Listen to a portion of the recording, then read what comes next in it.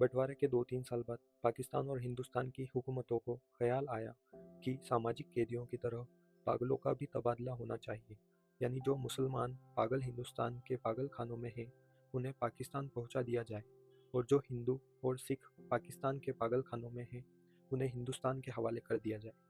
मालूम नहीं यह बात माकूल थी या गैर माकूल। बहरहाल दानिशमंदों के फैसले के मुताबिक इधर उधर ऊंची तरह की कॉन्फ्रेंसें हुई और बिल आखिर पागलों के तबादले के लिए एक दिन मुकर्रर हो गया। अच्छी तरह छानबीन की गई। वे मुसलमान पागल जिनके संबंधी हिंदुस्तान ही में थे वही रहने दिए गए।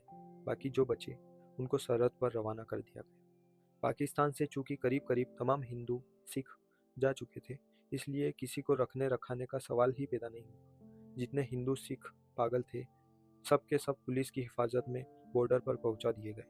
उधर मालूम नहीं, लेकिन इधर लाहौर के पागल खाने में जब इस तबादले की खबर पहुंची तो बड़ी दिलचस्प गपशप होने लगी।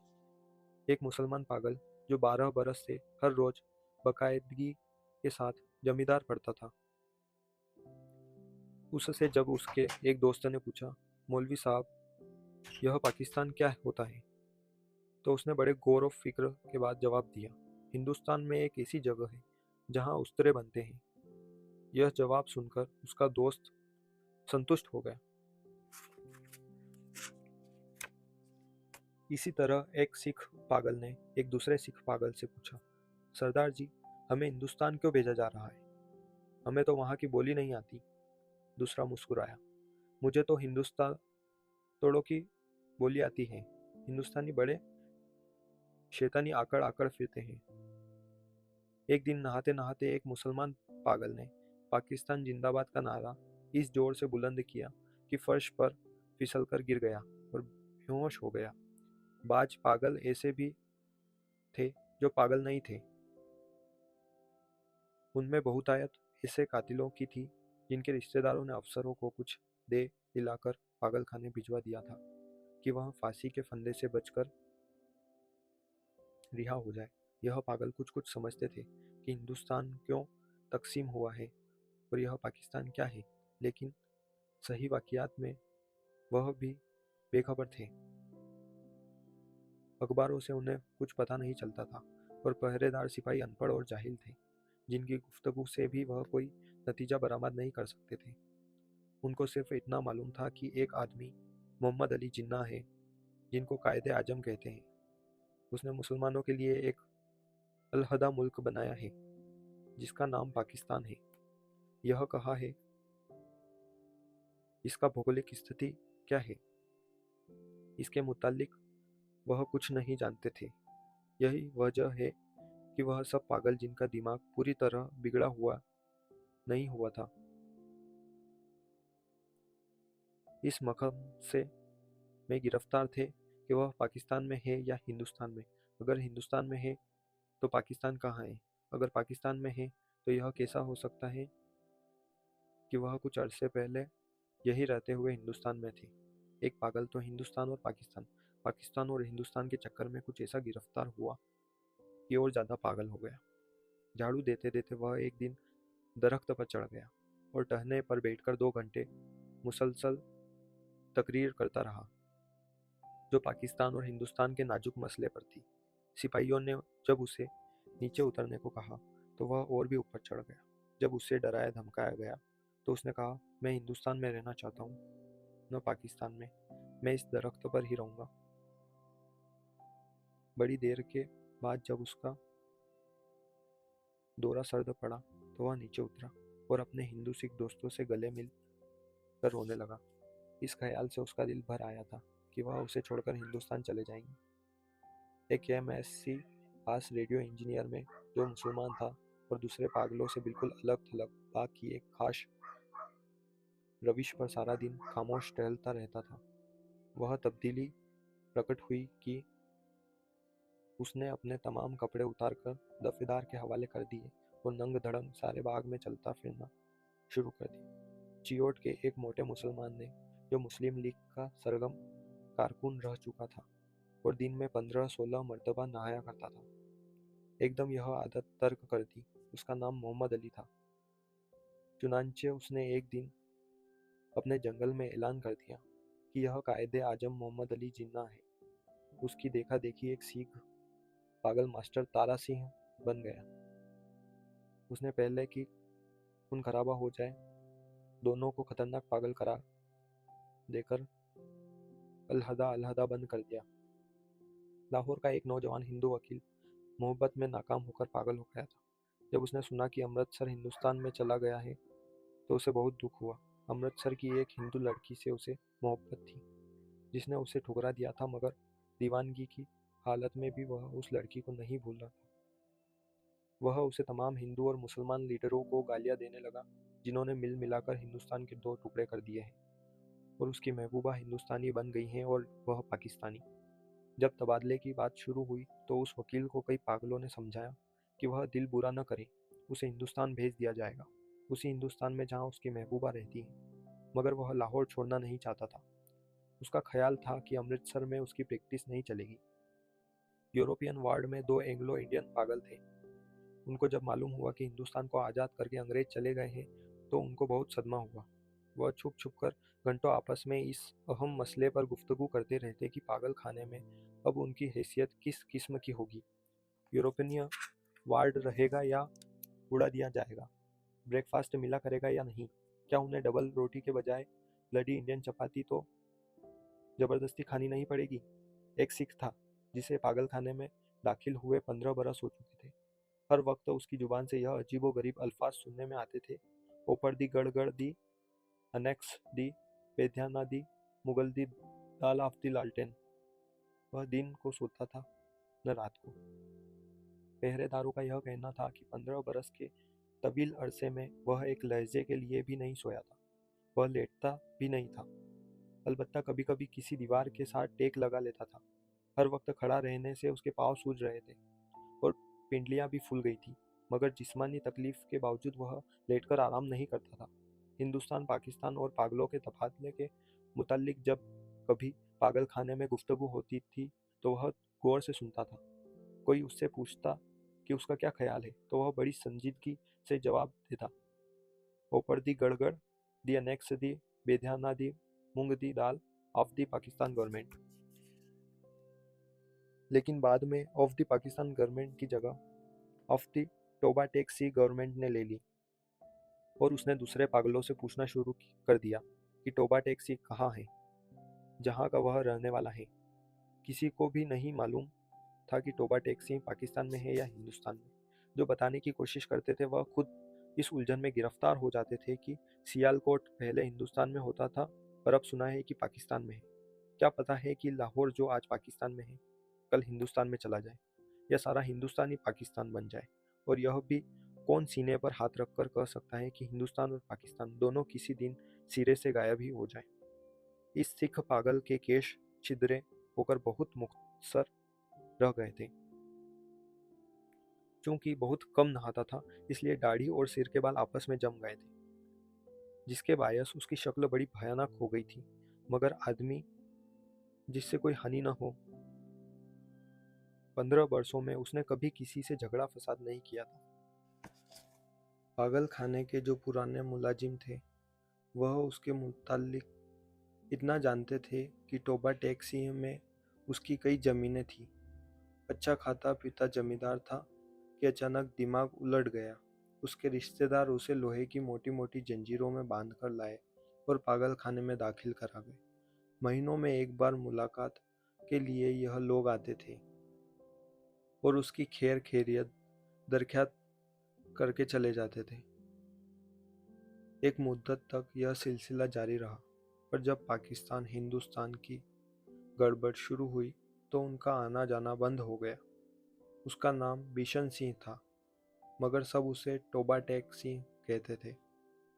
उनको यह कदापि मालूम नहीं था कि दिन कौन सा है, महीना कौन सा है या कितने साल बीत चुके हैं।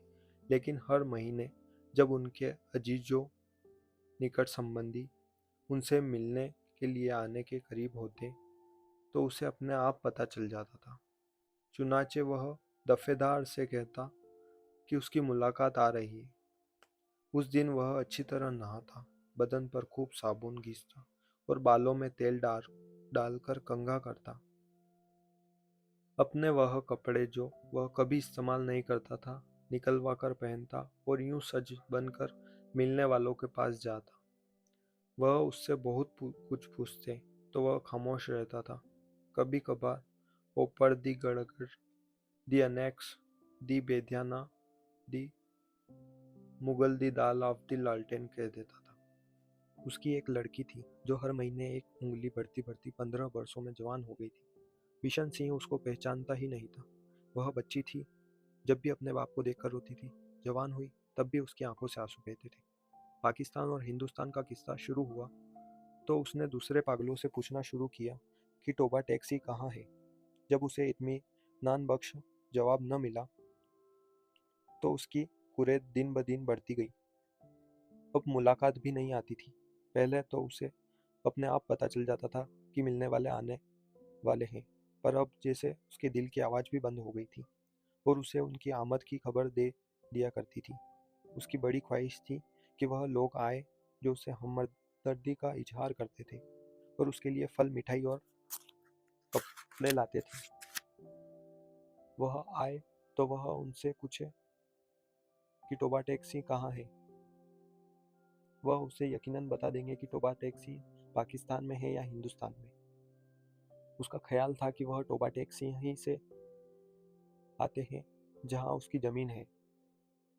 पागल खानों में एक पागल ऐसा भी था जो खुद को खुदा कहता था। उससे जब एक रोज बिशन सिंह ने पूछा कि टोबा टैक्सी पाकिस्तान में है या हिंदुस्तान में, तो उसने हस्बे आदत का कहा लगाया और कहा, वह पाकिस्तान में है न हिंदुस्तान में, इसलिए कि हमने अभी तक हुक्म ही नहीं दिया। बिशन सिंह ने उस खुदा से कई मर्तबा बड़ी मिन्नत समाजत से कहा कि वह हुक्म दे दे ताकि झंझट खत्म हो, मगर खुदा बहुत मशरूफ था, इसलिए कि उसे और बेशुमार हुक्म देने थे। एक दिन तंग आकर बिशन सिंह खुदा पर बरस पड़ा।